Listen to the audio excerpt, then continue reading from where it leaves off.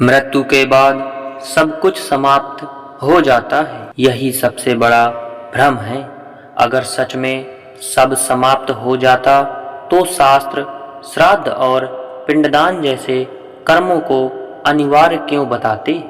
सोचिए, जिस शरीर को आपने जलाया, क्या वही आत्मा थी, या वह आत्मा अब भी भूखी, प्यासी और असहाय होकर अपने ही घर के आसपास भटक रही है? गरुड़ पुराण कहता है कि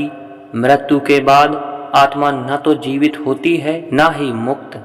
वह एक ऐसी अवस्था में होती है जहां उसका सबसे बड़ा सहारा होते हैं आप। आज हम जानेंगे कि मृत्यु के बाद आत्मा के लिए श्राद्ध और पिंडदान क्यों केवल परंपरा नहीं बल्कि उसकी अगली यात्रा का आधार है। गरुड़ पुराण के अनुसार मृत्यु किसी जीव की समाप्ति नहीं, बल्कि यह उस जीव के स्थूल अस्तित्व का अंत और सूक्ष्म, अदृश्य तथा अत्यंत जटिल आध्यात्मिक यात्रा का आरंभ है, जहां शरीर तो पंच महाभूतों में विलीन हो जाता है, किंतु आत्मा अपने साथ संचित कर्मों का भार, अधूरी इच्छाएं, वासनाएं, स्मृतियां और संस्कार लेकर आगे बढ़ती है। और यही आगे की यात्रा आत्मा के लिए सबसे कठिन, पीड़ादायक और असहाय अवस्था मानी गई है, क्योंकि जीव न तो पूरी तरह मुक्त होता है और न ही नए लोक में स्थापित, बल्कि वह एक मध्य स्थिति में रहता है, जिसे गरुड़ पुराण प्रेत अवस्था कहता है। इस अवस्था में आत्मा के पास न तो भोजन करने का साधन होता है, न जल ग्रहण करने की शक्ति, न स्वयं मार्ग चुनने की स्वतंत्रता, और न ही अपने दुख को किसी के सामने व्यक्त करने का माध्यम, क्योंकि स्थूल इंद्रियां नष्ट हो चुकी होती हैं, पर इच्छाएं और स्मृतियां पूर्ण रूप से जीवित रहती हैं। और यही विरोधाभास आत्मा को अत्यधिक मानसिक और सूक्ष्म शारीरिक कष्ट देता है। गरुड़ पुराण स्पष्ट करता है कि यह कष्ट किसी दैवीय दंड के कारण नहीं होता, बल्कि आत्मा के अपने कर्मों और आसक्तियों को स्वाभाविक परिणाम होता है, क्योंकि जिसने जीवन में भोगों से अत्यधिक आसक्ति रखी होती है, उसे मृत्यु के बाद भोग न कर पाने का कष्ट अधिक होता है। इसी अवस्था में आत्मा अपने परिजनों, अपने घर, अपने शरीर और अपने संसार को स्मरण करती है, और वहीं से श्राद्ध और पिंडदान का शास्त्रीय औचित्य आरंभ होता है, क्योंकि गरुड़ पुराण के अनुसार जीव की इस अवस्था में सबसे बड़ी सहायता उसके वंशजों द्वारा किया गया श्राद्ध युक्त कर्म ही होता है। श्राद्ध शब्द स्वयं श्रद्धा से उत्पन्न हुआ है, जिसका अर्थ केवल विश्वास नहीं बल्कि पूर्ण समर्पण, भावनात्मक जुड़ाव और स्मरण है। अर्थात जब कोई वंशज अपने पूर्वज के लिए श्राद्ध करता है तो वह केवल परंपरा का पालन नहीं करता, बल्कि सूक्ष्म स्तर पर आत्मा तक अपनी भावना, संकल्प और ऊर्जा भेजता है। गरुड़ पुराण बताता है कि आत्मा स्वयं भोजन नहीं कर सकती,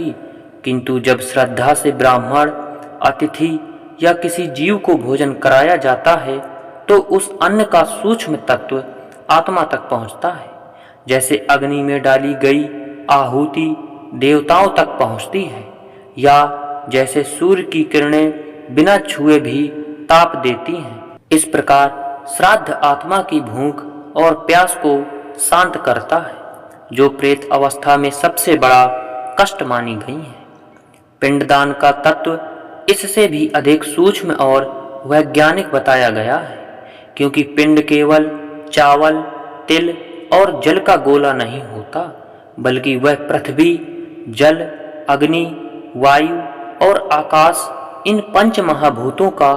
प्रतीकात्मक संगठन होता है। और गरुड़ पुराण के अनुसार मृत्यु के बाद आत्मा का सूक्ष्म शरीर इन्हीं तत्वों के असंतुलन से ग्रस्त होता है, इसलिए पिंडदान द्वारा इन तत्वों को प्रतीक रूप में संतुलित किया जाता है, जिससे आत्मा को स्थिरता, आकार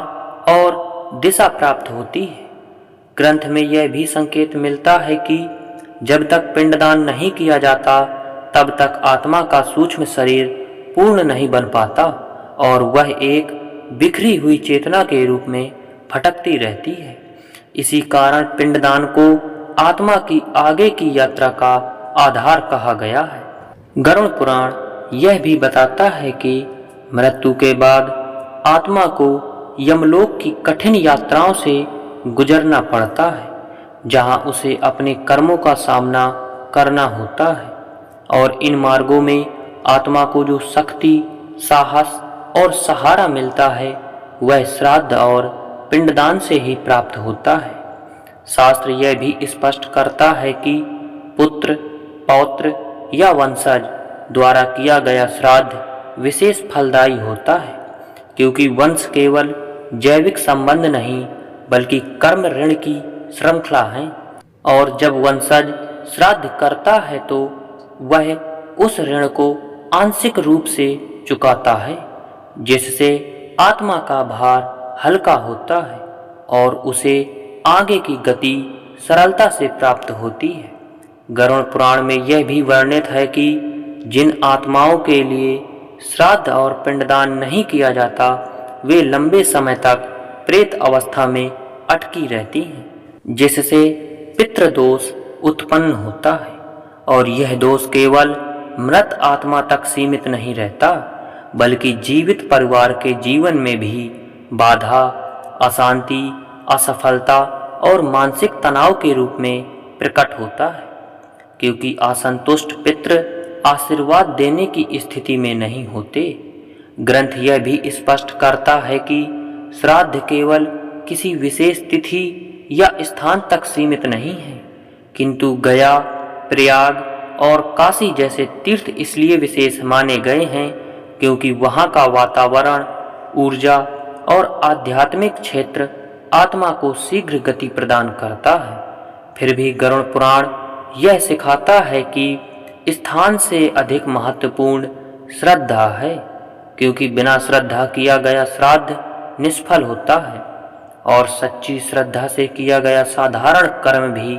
महान फल देता है। अंततः गरुड़ पुराण का यह संदेश अत्यंत गहन है कि श्राद्ध और पिंडदान केवल मृतकों के लिए नहीं बल्कि जीवितों के लिए भी आत्मबोध और कर्म शुद्धि का माध्यम है, क्योंकि जो व्यक्ति मृत्यु के बाद आत्मा की इस कठिन यात्रा को समझ लेता है वह अपने वर्तमान कर्मों को सुधारता है, अहंकार, लोभ और अधर्म से दूर रहता है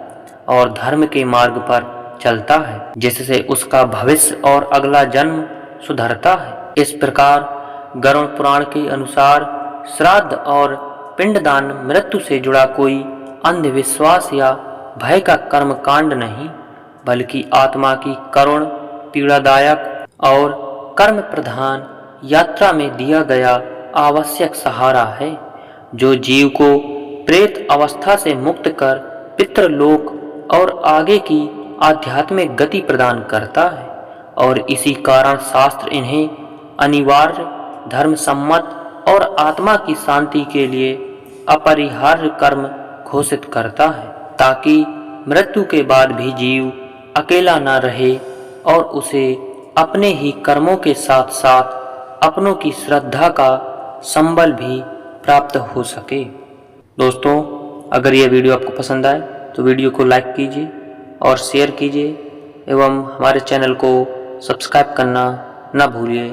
मिलते हैं अगली नई रोचक जानकारी के साथ, तब तक के लिए राधे राधे।